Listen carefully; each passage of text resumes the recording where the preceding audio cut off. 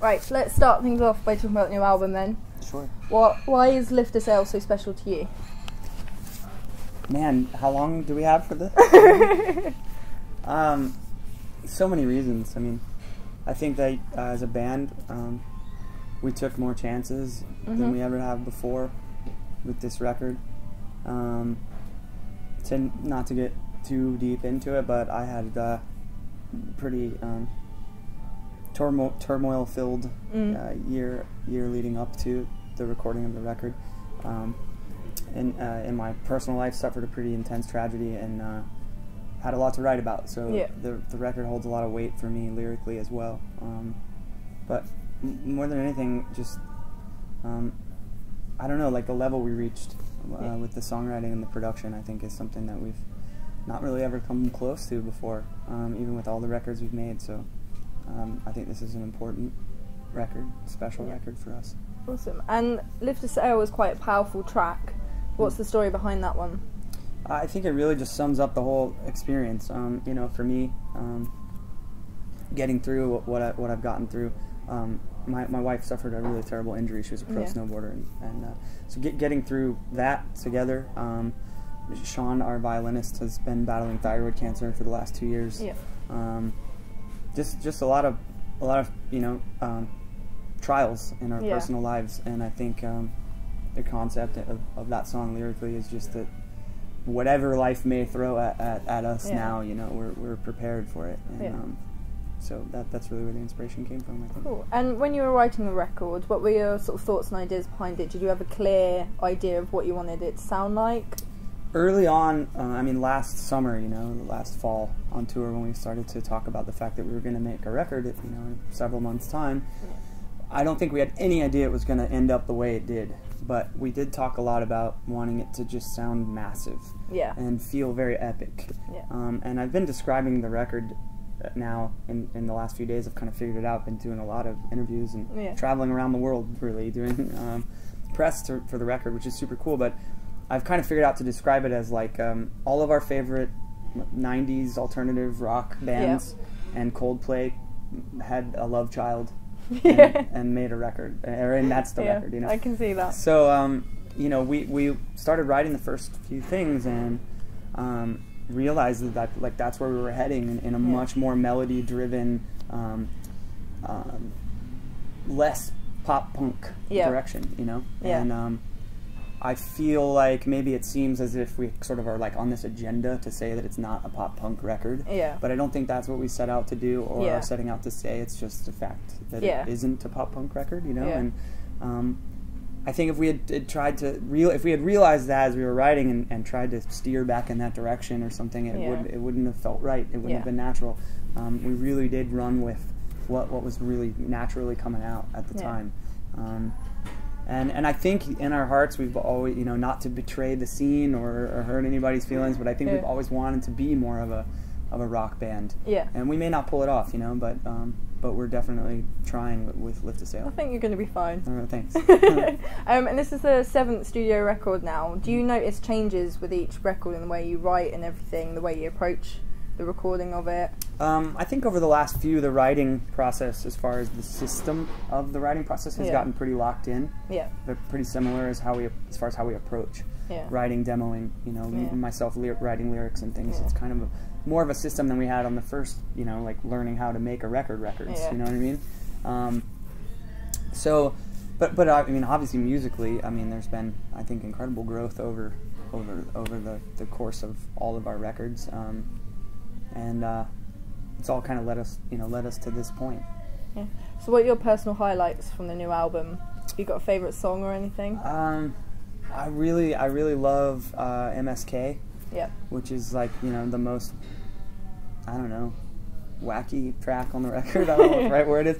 I mean, there's no guitar, no drums on that song, and it started out as an idea to be, I guess, more organic than it ended up being, in that Sean had written this sect string piece, you know, and we thought that it might be cool to do an entire song that was just driven by, it was just the strings and the vocal, basically.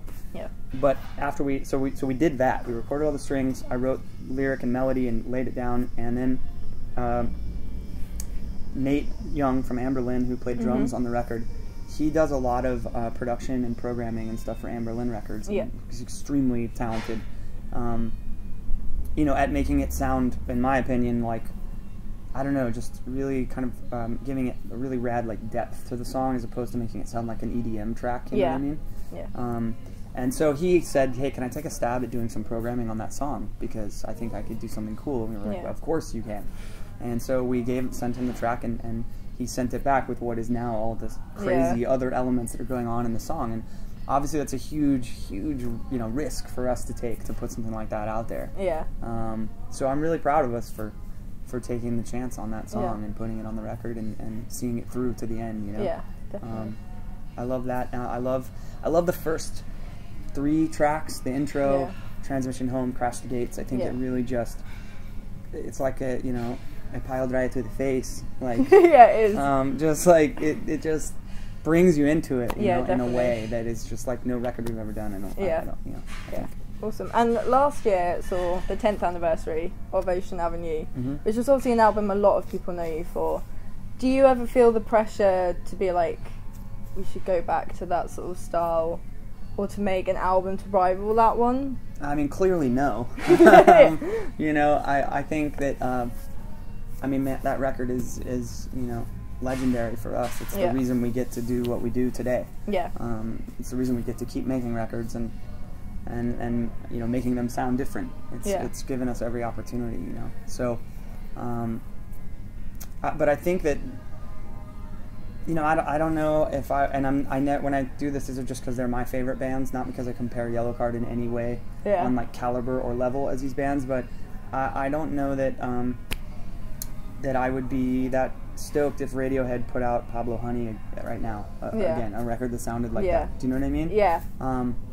So maybe the Bends, if we could get close to that, but like, you know, the first inception of a band, I don't know that's like it's a good special thing, moment, you know, at least not the bands that I have always loved and listened to have always been sort of bands that evolve and change over time.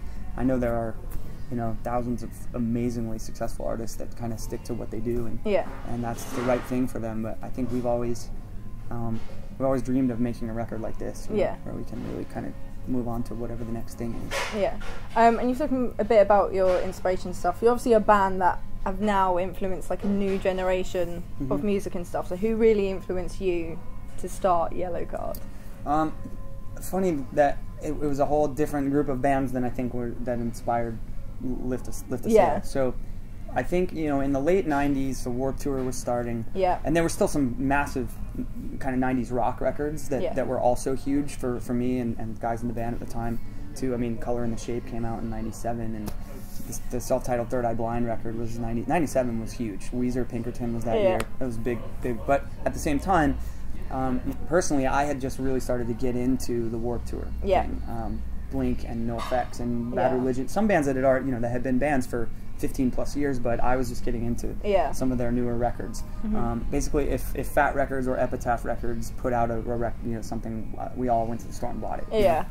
And that was the initial sort of motivation behind, I think, starting bands and wanting to go on tour, wanting to be on the Warped Tour. Yeah. And a lot of I think a lot of that more rock, straight alternative rock or whatever you want to call what was happening in the 90s kind of took a backseat to that for a period of time. Yeah. And I just think when we started writing Lift a Sail, all those artists, you know, the artist that when I was like 12 years old and picked up a guitar for the first time, you know, was because of Nirvana Nevermind and Pearl Jam 10 and you know, some of those legendary records. Pumpkin, Siamese Dream, that was a huge record for me. You know, all those things sort of started to push through, I think, when we started writing Lift a Sail. Yeah. So I think there's two kind of batches of bands. The ones that made us start a band and the ones that we've recently rediscovered how much they actually matter to us as songwriters.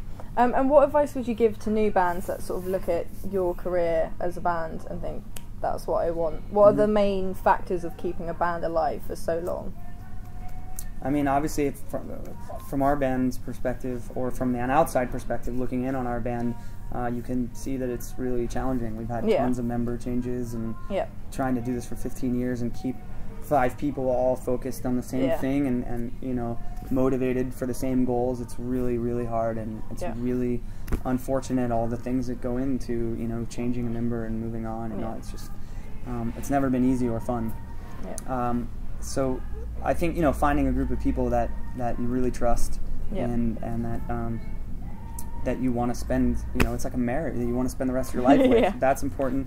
I think playing shows is extremely important. Playing all the time, everywhere, you know, every backyard, every bar, every bar mitzvah, everything, you know, that you can play. We definitely did that. And then the last ingredient is something that I never know where or how we got, you know, lucky, blessed, whatever you want to call it, with the ability to do so, but you have to write great songs, you know.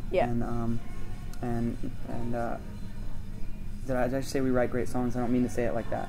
I mean, you do write great songs. Well, thank you, thank you. But you have to have songs that people enjoy to listen to, or enjoy listening to. How about that? So we have somehow been able to make music that people really enjoy listening to. So that you have to do as well. But really, you know, playing as many shows as you can, and I always say try not to have a backup plan. You know, try not to have something that's you can fall back on because you will. If it's a good safety net, you'll use it, because it gets too fucking hard sometimes. Exactly. And you've got a huge US tour coming up, but when are you coming here? The spring next year. Okay. Yeah. Good. It's not booked, you know, but we're. But you're wanting to come back. It's happening. I mean, we're not going to not come here. It'd be very disappointing. You know the thing, if you think about 2011 until now, how much we've toured here, which is awesome and something we wanted to do. If we had put something on sale, when were we here last? For your Warped Tour, right? Yeah. November.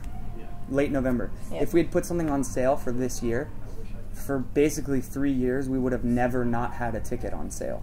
Because tickets in Europe go on sale like 6 months in advance, 8 months in advance, something like that.